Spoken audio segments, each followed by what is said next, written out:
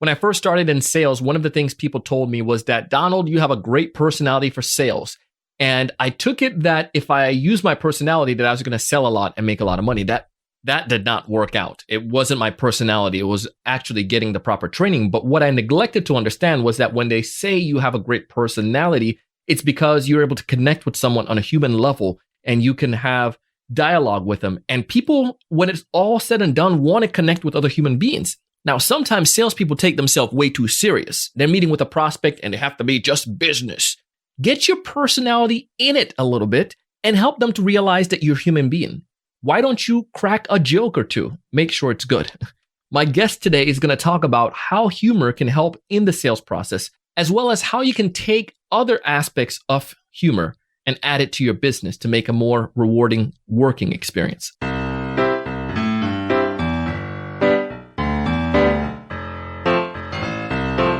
This episode is brought to you in part by Mailtag.io. It's a Chrome browser extension that notifies you when someone opens your email or clicks on a link. Go ahead and check out a 14-day trial with Mailtag. Simply go to Mailtag.io. This episode is also brought to you in part by TSE Certified Sales Training Program, a course designed to help sellers elevate their sales game, find more ideal customers, build stronger value, and close more deals. To check out our upcoming semester or to go ahead and take a free trial, go to thesalesevangelist.com/free course. Again, thesalesevangelist.com/free course.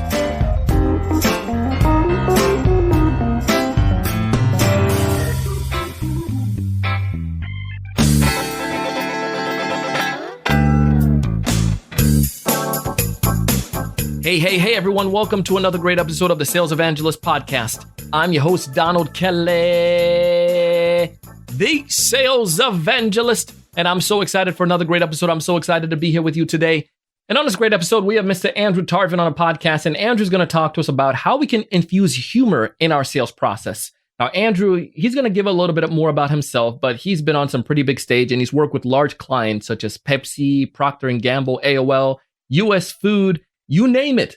He's even worked with a federal agency, and I won't give it away. He's going to talk about it in the episode. But it's amazing how we can infuse humor and make situations better, especially as we're working with prospects. I want you guys to listen to what Andrew teaches and how you guys can take this and apply it.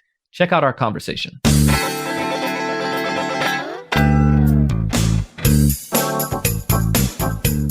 Welcome to the show, Andrew. Thank you for having me. I'm excited. Man, I'm looking forward to chatting with you today. I know you're going to give us some great insights because everyone knows that humor, it takes away tension, it makes things so much better. But especially when it comes to sales and our sales process, maybe we don't necessarily know how to implement that. And I want to pick your brains on that if that's cool today. Yeah, absolutely. I'm happy to talk about it. Sweet, man. Well, before we hit that up, though, tell us a little bit more about you and what you do. Sure. So my background is in engineering. So I have a degree from the Ohio State University, which I have to say the, or otherwise they take away my diploma, I think.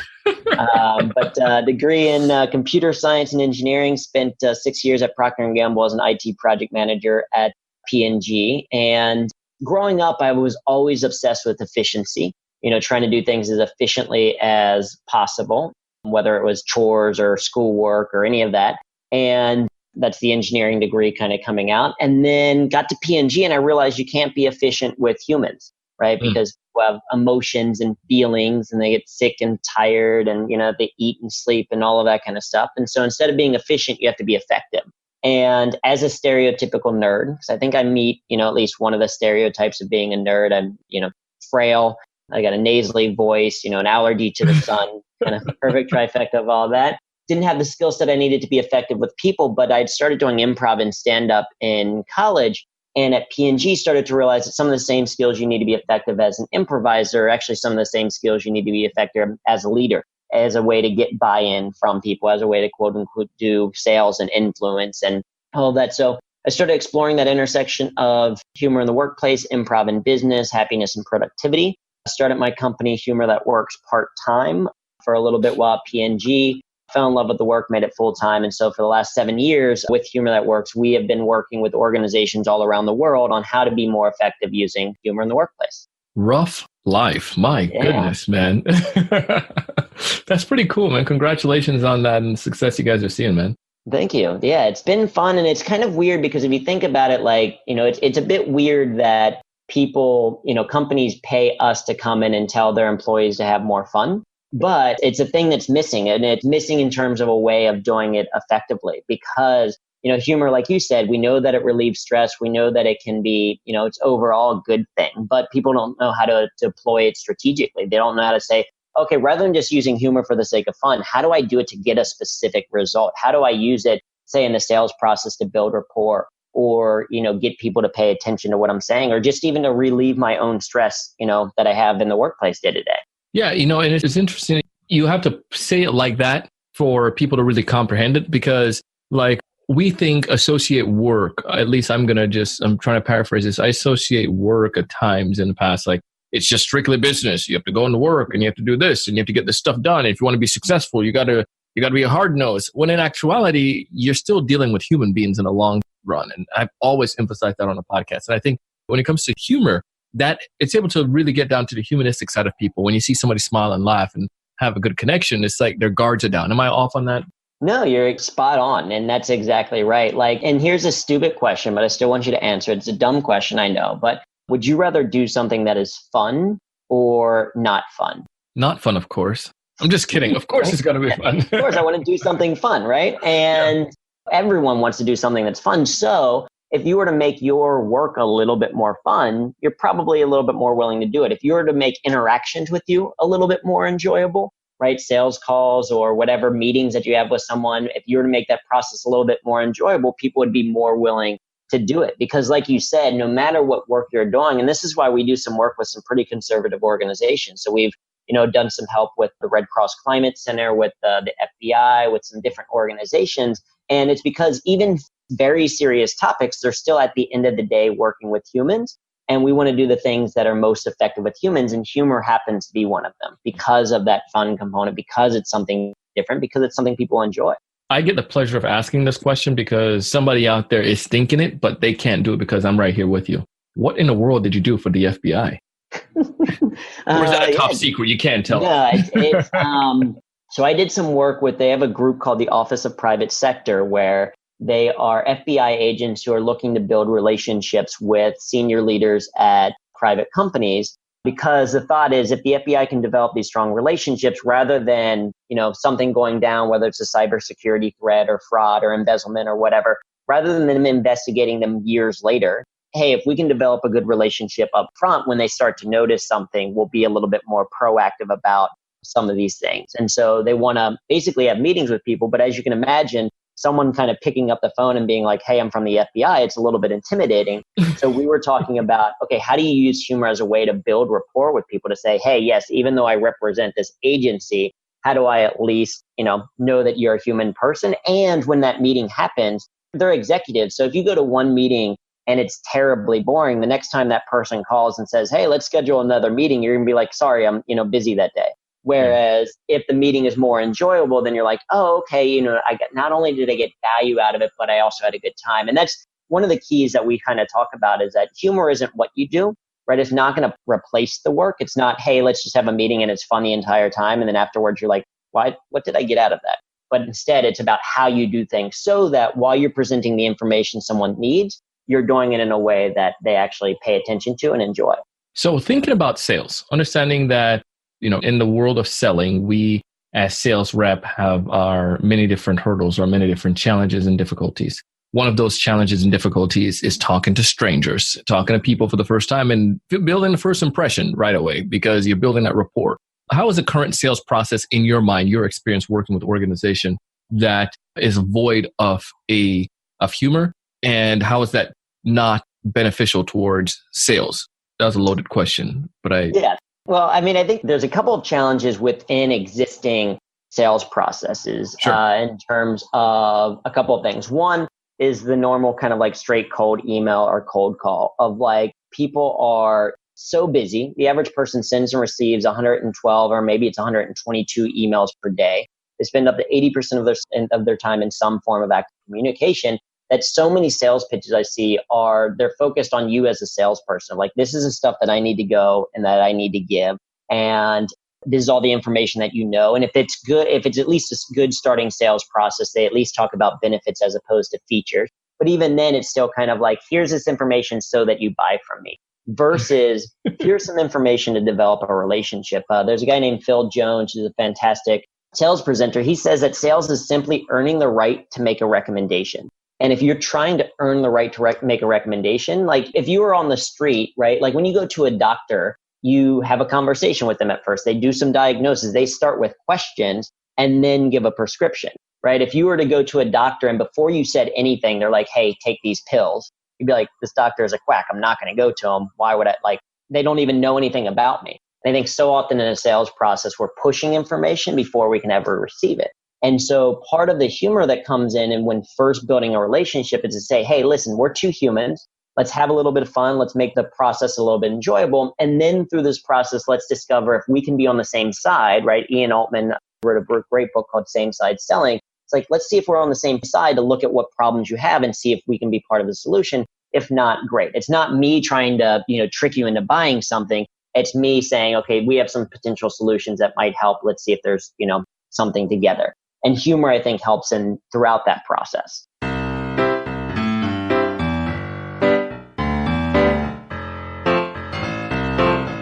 Hey, we're going to take a quick break, but when we get back, Andrew's going to pick up where we left off and share with you some more ideas that you can utilize to infuse humor in your sales process. You're listening to the Sales Evangelist podcast, and I'm your host, Donald Kelly, the Sales Evangelist.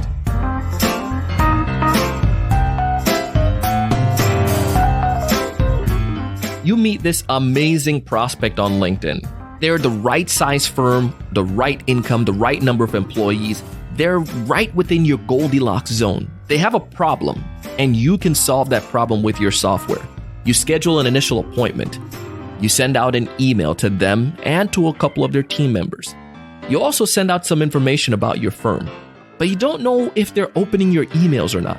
You don't know if they're clicking through and going to the web pages that you recommended. It's a Chrome browser extension that allows you to get notification when someone opens your email or clicks on a link. The coolest part is that you can schedule your emails for later. Mailtag.io has a free 14-day trial, so you don't have to take my word for it. You can go and test it out. And when you do fall in love with it, go ahead and use promo code Donald at checkout and get half off your subscription for life. Shh, don't go telling nobody about that now. Half off your subscription for life just because you're listening to the TSE podcast. To find out more information, again, go to mailtag.io. But let's continue the story.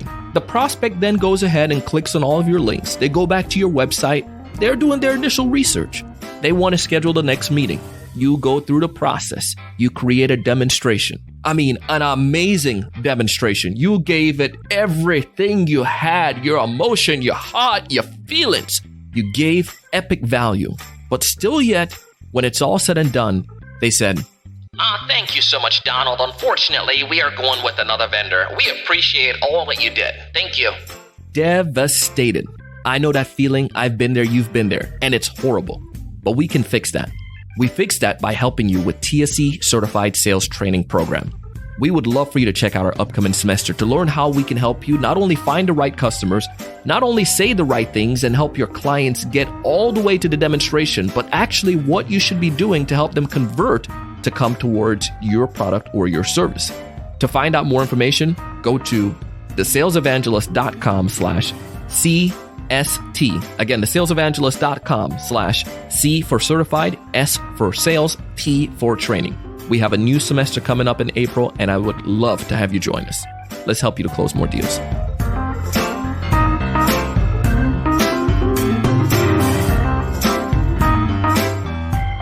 Hey, we're back. And as we dive into the second half, listen to some of these principles that Andrew shares that you can apply today to infuse more humor in your sales process.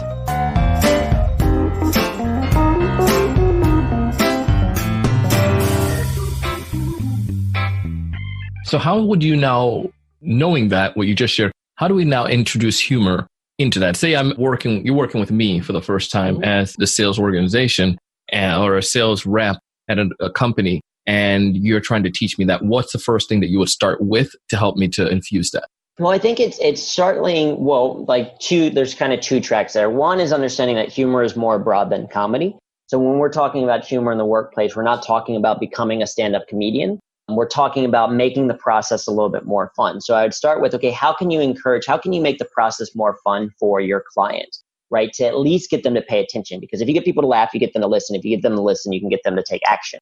And so, okay, when you're in your outreach, what are you doing to add a little bit of humor so that, I heard this, we were doing some work with IBM and they were saying for their sales process that people buy from the first person that provides them value. Right? They typically buy from the first group that provides them value. That could be in the form of, like, say, an assessment or something like that, or it could be in the form of fun, right? Fun is a value. If you make me laugh, you have just provided me value. So in your outreach, what are you doing in a way that's humorous? For example, I got a cold email from someone and it was a regular kind of pitch. I didn't really respond to it. I ignored it like most of them that I do. And then a week later, the guy followed up. And I don't know if you know the GIF from Pulp Fiction with John Travolta, and he's got like his coat on his arm and he's just kind of looking around. There's this GIF like right from the internet and it's him just looking around kind of confused. And that guy sent me an email follow-up that was just that GIF, which made me laugh because it said everything that he needed to say, right? He didn't have to say, hey, did you get my email? Which we know how email works. Yes, the person got it. We probably even saw that they opened it and tracked it. I wonder if you had any questions about it, whatever. No, he sent something that made me laugh, which then prompted me a response from me. Like I didn't buy what he was selling, but at least got me to actually respond. Same thing with on this, when I was talking with this guy, Ian Altman, he was telling me a story of a salesperson who would start each one of his cold calls with, this is a cold call. If you want to hang up, now's the time. And that it got people to laugh right away because they had this understanding to say, I know. And like he said, people still hung up, but the percentage rate of the people that at least gave him another 60 seconds, it was a lot higher because he used humor, because he made them laugh, because he provided value in that way. Yeah, and I think that's, like you said, we just need to get to that. And first off, congratulations, big shout out to that sales rep that connected with you with that reply. Smart. But the other thing too, like you said, especially at the very beginning, you're just trying to buy that time. You're trying to buy that. If I can get 60 more seconds and I can deliver, some value to you, like you said, time back to the IBM, of course, that's going to be critical. And I think that's where it makes a big difference. Sometimes sales is not the big thing. It's the small things, right? Exactly. Yeah. It's always the tiny things. And a lot of it is similar to stand-up comedy. As a stand-up comedian, you have about 15 seconds when you get on stage when the audience will decide whether or not you're funny, or at least whether or not they're going to listen to you. And then after 15 seconds, you have probably another 30 seconds to kind of make them laugh again, to be like, okay, I trust this person.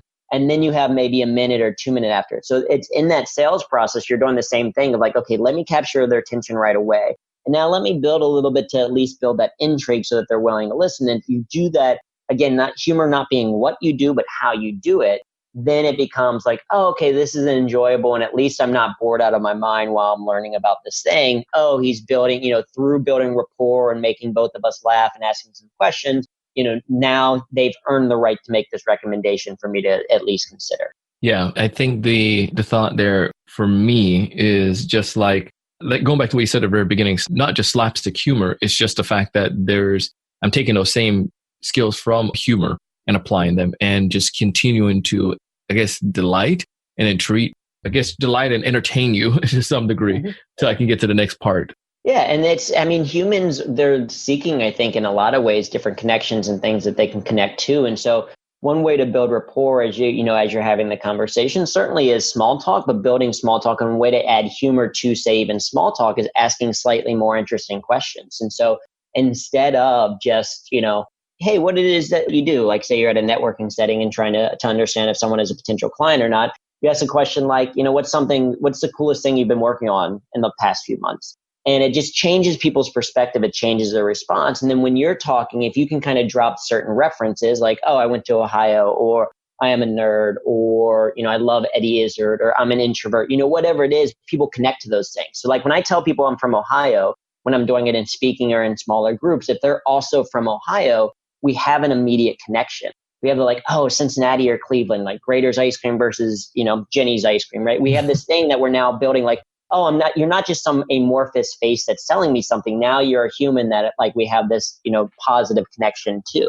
Let's talk about the other phase as you go throughout the sales process. Mm-hmm. Is humor, or the way that we're describing humor, is that only beneficial for the introduction, or how do you, let me just give a part when it comes towards the money side? how could we infuse concepts of humor there to make sure it's not awkward? Because some people are going to be like, they just get straight up awkward when they start talking about money. Yeah. Well, I think that there is, to your point, humor can be great throughout the sales process. So it can be great to get people to pay attention. It can be great for the building rapport of kind of asking questions and maybe some observational or conversational humor. It can be great for explaining services. So humor can really help improve understanding about ideas. So when you're talking about, okay, this is what it is that we actually do. And then, certainly even the money conversation, we know it's awkward, so you can kind of play with that awkwardness. Or you can, if you're talking about, listen, we have a variety of options and, you can ask the question of like how often or what type of, investments are you making in the past? We have different options and some are completely free. There's great resources online. And theoretically, if you had $1 billion that you wanted to give us, I'm sure we could put something together. But our typical services, land here. You can have a little bit of fun kind of with that number and talking about it. And I think that the other thing is recognizing that by using humor throughout the process, when you don't use humor, it actually makes for a greater pause, right? So if you're using a lot of humor before, you even maybe use a little bit of humor while talking about the price. And then when you pause, because that's the big key to sales, which it takes me, and I'm still not great at it, is after you say the number, you stop talking, right? You don't want to negotiate against yourself, but having used humor, and then when you stop talking, it creates a little bit of a different, dynamic in the call, so that then they know that they're the next person that's going to respond to give you more feedback on what that pricing looks like. Yeah, it's very interesting. Why do you feel that if so many people can't take that pause? I think it's a fear. I think it's because we're so used to noise. Pause, even as a speaker, pausing is incredibly powerful as a tool to use. So if you're speaking and you're not sure, say you're in the sales process and the person's kind of starting to check out a little bit, stop talking, leave a longer pause, because there's something about human dynamics where we're worried about it. We think that it's awkward, but if we're confident in it, if we own it, it can be a very powerful tool. And I think we're just because sales process, that's where you get the biggest yes and no, right? Is once you say the number.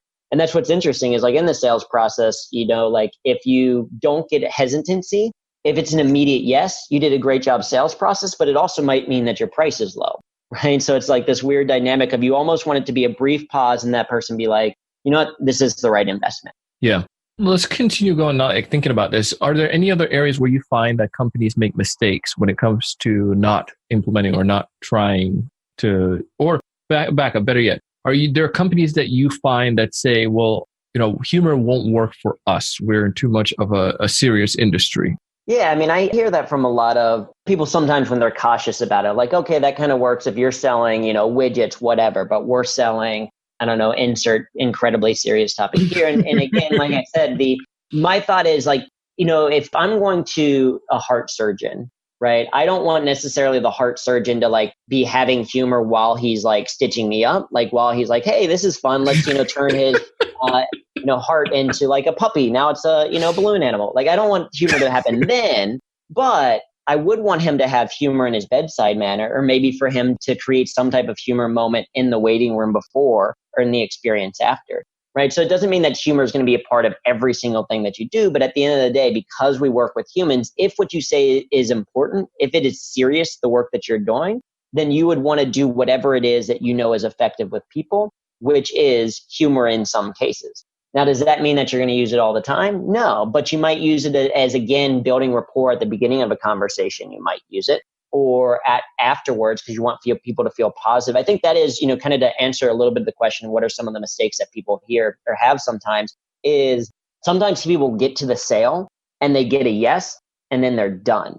And they're like, oh, okay, got the sale, I can move on to the next thing. And the person is like, wait, no, I just said I was going to give you money. Now I feel like you're just leaving me completely, you're going to turn me over to some other person that doesn't know what our conversation is. You've had, 8 touches with me so far, and now I've said a yes. So now suddenly I'm on to someone that has no idea about my business. I'm answering the same questions that I answered before, all that kind of stuff. So I think one of the mistakes people make is they think that the sales process is over is once they've heard that yes. And it's if you want to develop long-term customers, one, by making your experience fun, people are going to be more willing to want to interact with it. And two, you want to have a complete experience, not just feeling like this person was just using me so that they get money from me. Yeah, and I think one of the thoughts too is I feel that going back to the whole sales process is that this has to be a cultural I guess, cultural norm within your organization, right? You can't have one person doing it and then, like, say if you did hand off to an account executive, the account executive is just going to go in and be so dry. I mean, obviously there's way more into it than that. And that's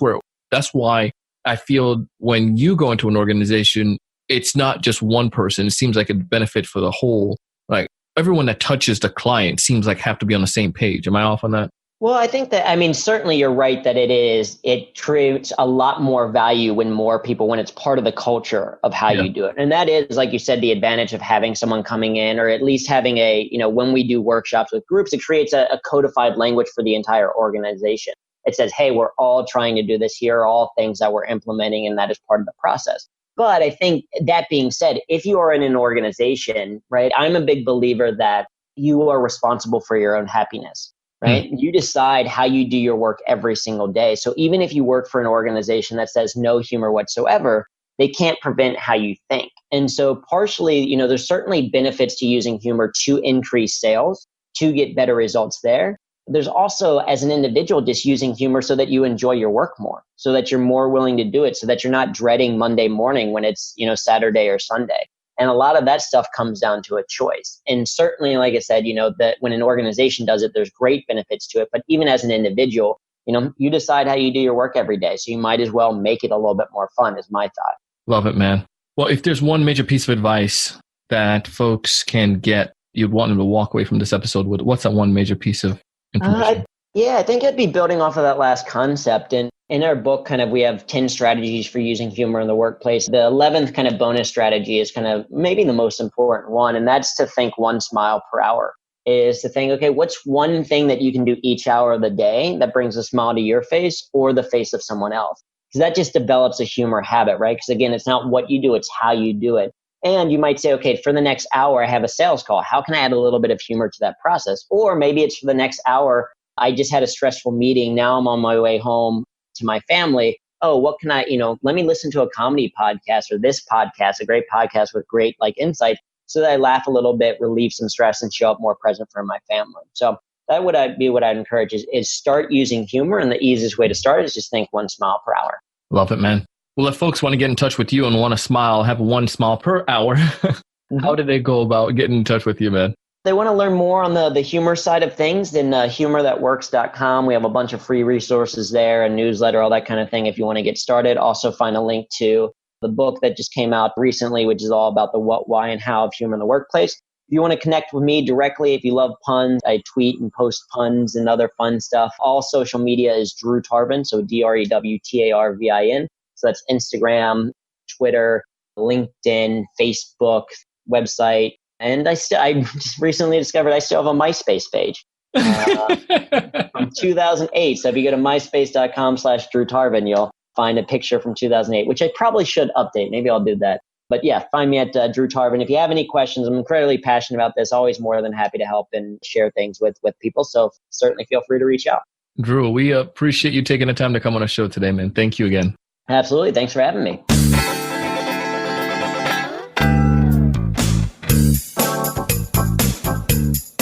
Man, I'm telling you, Andrew came, he saw, he conquered.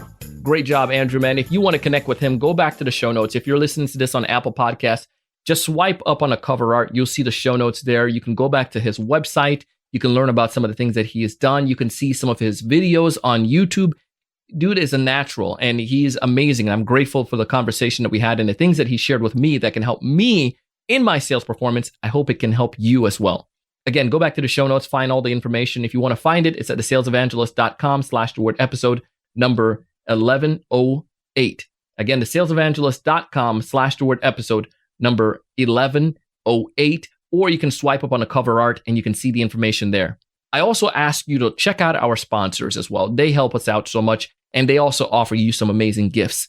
MailTag is one of them. They have a free trial right now where you get 14 days of MailTag for free. And if you fall in love with it, you can use promo code Donald at checkout to get 50% off your subscription for life.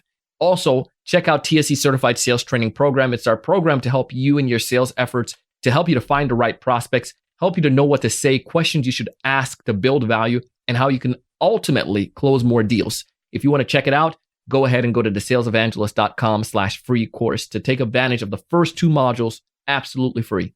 I share stuff like this because I want to help you. I want you to find more ideal customers. I want you to be able to build stronger value. I want you to have more conversation and close more deals. But most importantly, I want you to go out each and every single day and do big things. Stay tuned for a scene from our next episode. Well, we've now gotten to a point where B2B buyers are using reviews 56% of the time, and they're using analyst ratings only 24% of the time, and they're going in opposite directions. Like every year, reviews are going way up, using analyst rankings and independent, like quote unquote, independent studies is going dramatically down. Like the things that we invest our time in marketing are becoming less trustworthy, and reviews are becoming the core that's bringing buyers to the table to actually buy from you. And I just think we've entered an era where you have to embrace that.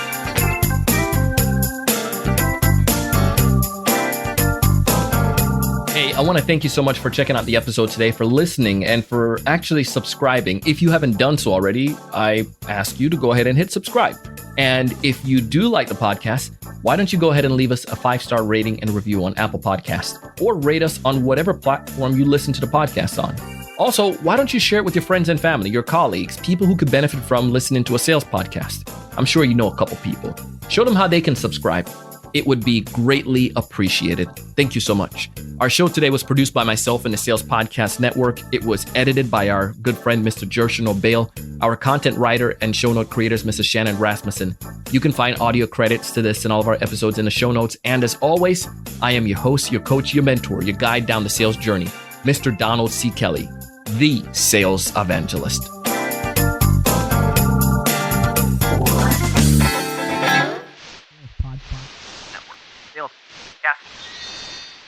Sales Podcast Network.